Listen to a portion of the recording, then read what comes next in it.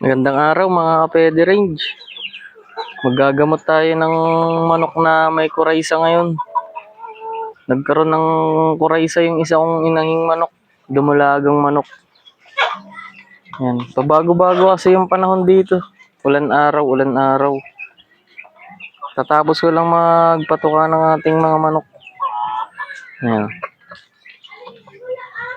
Yan, dumadami na sila. Yan, tapos may sisiw pa tayo dito. Yan.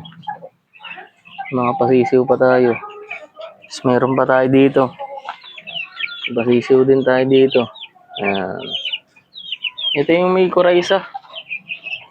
Yan o. Nakapikit. Gamutin natin yan. Kaya hiniwalay natin agad yan. Baka makahawa pa. Yan o, pikit na pikit siya.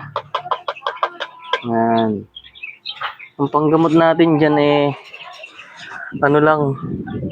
Simple lang, napakadali lang. Teka lang. Ito lang. Tubig na may asin, isprayan lang natin sa mata tsaka sa ilong. Kabilaang mata, isprayan natin ito. Tubig na may asin lang, tanggal yan. Mga ilang araw lang, galing na yan. Tara. Sprayan natin yan.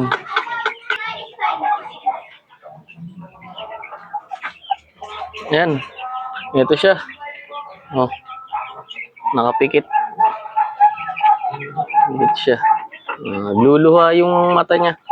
Kailangan yan, isprayan natin itong tubig na may asin na to. Tara, isprayan natin. Kailangan yan, maipasok natin yung tubig dyan sa mata niya para ayan.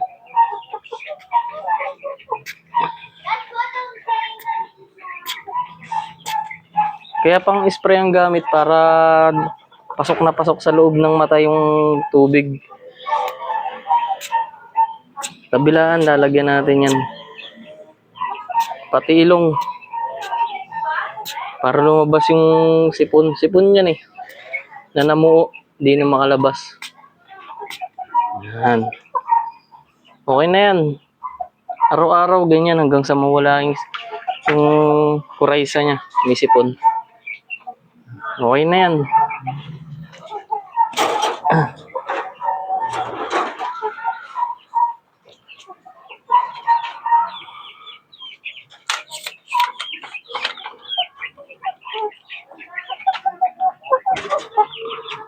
Yun, ganun lang.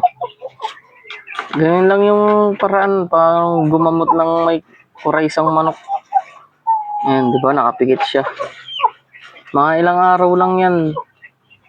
Na araw-araw na ganyan yung ano natin. Makawala din yan. Mabisa yung tubig na may asin na yan sa may sakit na kuraysa. Yung mga di na makamulat. Kahit sa tao ginagamit yan pag barado yung ilong, di ba? Tubig na may asin.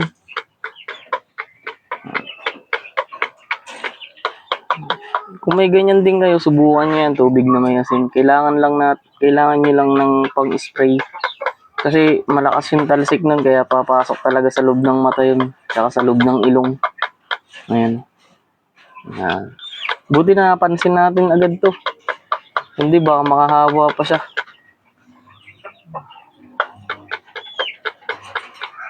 Kasi kung di natin maagapan yan, sigurado yan, makakahawa yun sa mga manok natin.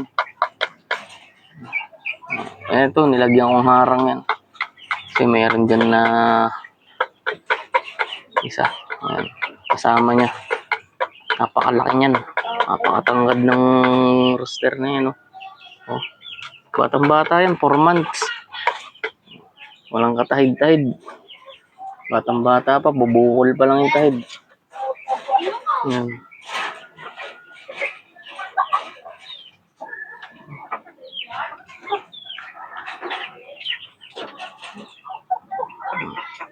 Ilang araw lang na sunod-sunod yan na pag i-spray natin sa mata yan, gagaling din yan.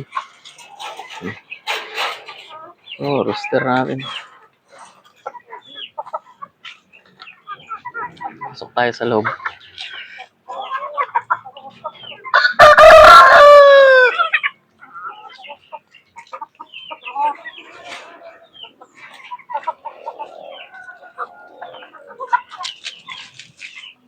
pasisiw natin na 13, naging 11 na lang. 11 piraso na lang. Namatay yung dalawa. 11.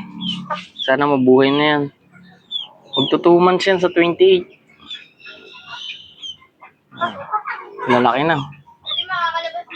Ah.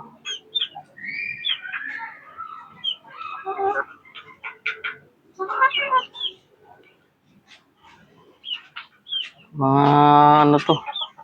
Piling-pili ito mga to. Itong isa mayroong ano. Bulutong agat ng lamok. Lang. Ganda ng katawan niyan. Bilog na bilog. Naka-pure feeds tayo dyan sa mga to. Pero pinapatikim-tikim ko na yan ng mixture ko na darak, sapal ng nyug, daw ng malunggay, tsaka konting commercial feeds. Pinapatikim-tikim ko na sila para sa pag nagdalawang buwan sila, sanay na silang kumain nun. Yan. Kasi pag nagdalawang buwan na yan, isi-switch na natin siya sa mixture natin na patuka. Yung rooster, lapad. Ito, gusto ko na itong i-out, itong asil na to. Hindi ko trip yung labas nilang, yung labas niyang, parang hindi ko nagugustuhan na yung anak niya. No? Rooster din, tangkad din.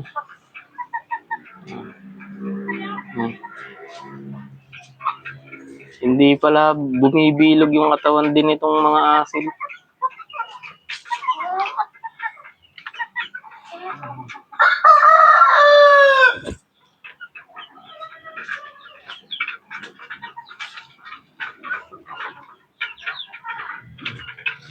Malapit ko nang maano yung ano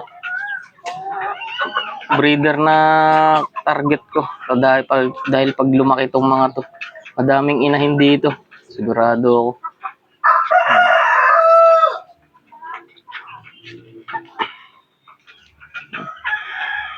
Baka interesado nyo itong Hassel Cross Kabir na to. Malapit dito sa lugar namin sa Bataan. Kunin nyo. Pang ano yan. Pwede yan pang upgrade ng mga native.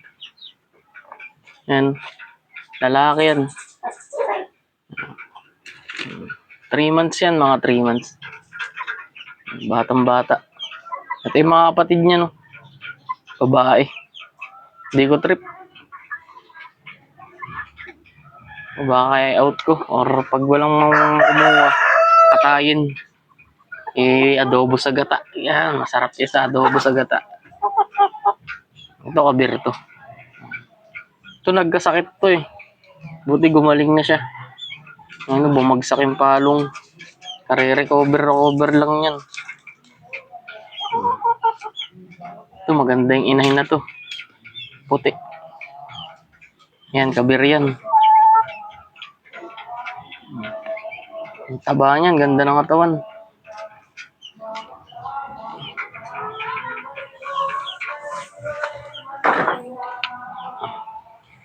Baka trip niya yung asil na yun. Kunin niyo dito, malapit ka dito sa Bataan. Kunin mo. Ayan, mura na lang. Ayan, asil yan, asil. Hindi ko lang natripan.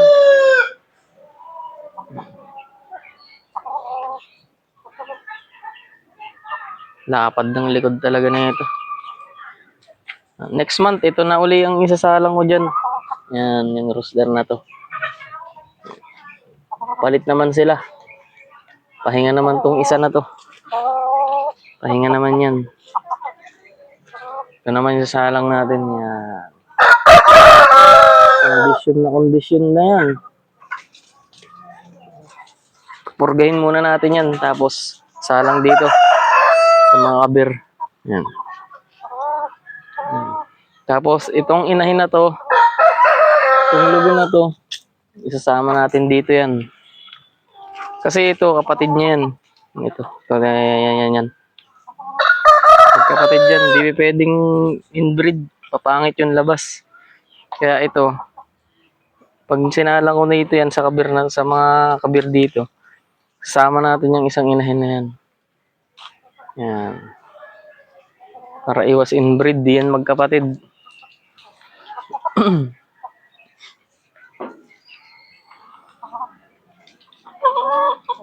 O baka trip niya yung hassle na yan.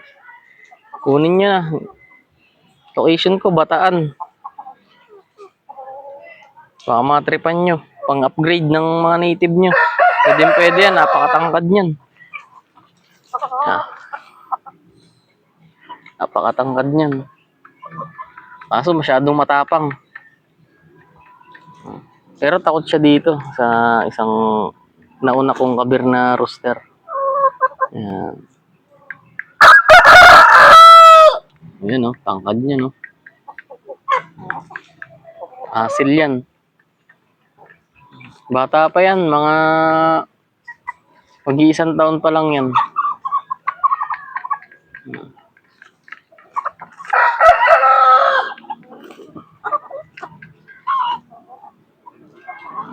Yan. Tuloy-tuloy pa rin yung itlog nila. Kahit na ganun lang yung patuwa ko. Tsaka kahit pabago-bago yung panahon, tuloy-tuloy pa rin. Pero medyo umina. Dati ang nakuha ko dito, araw-araw, nasa 10. Ngayon, 6, 5. Bumaba ang production nila dahil sa pabago-bagong panahon. Ngayon, ayun, makulimlim. Makulimlim ang panahon. Minsan naman, napakatindi ng araw.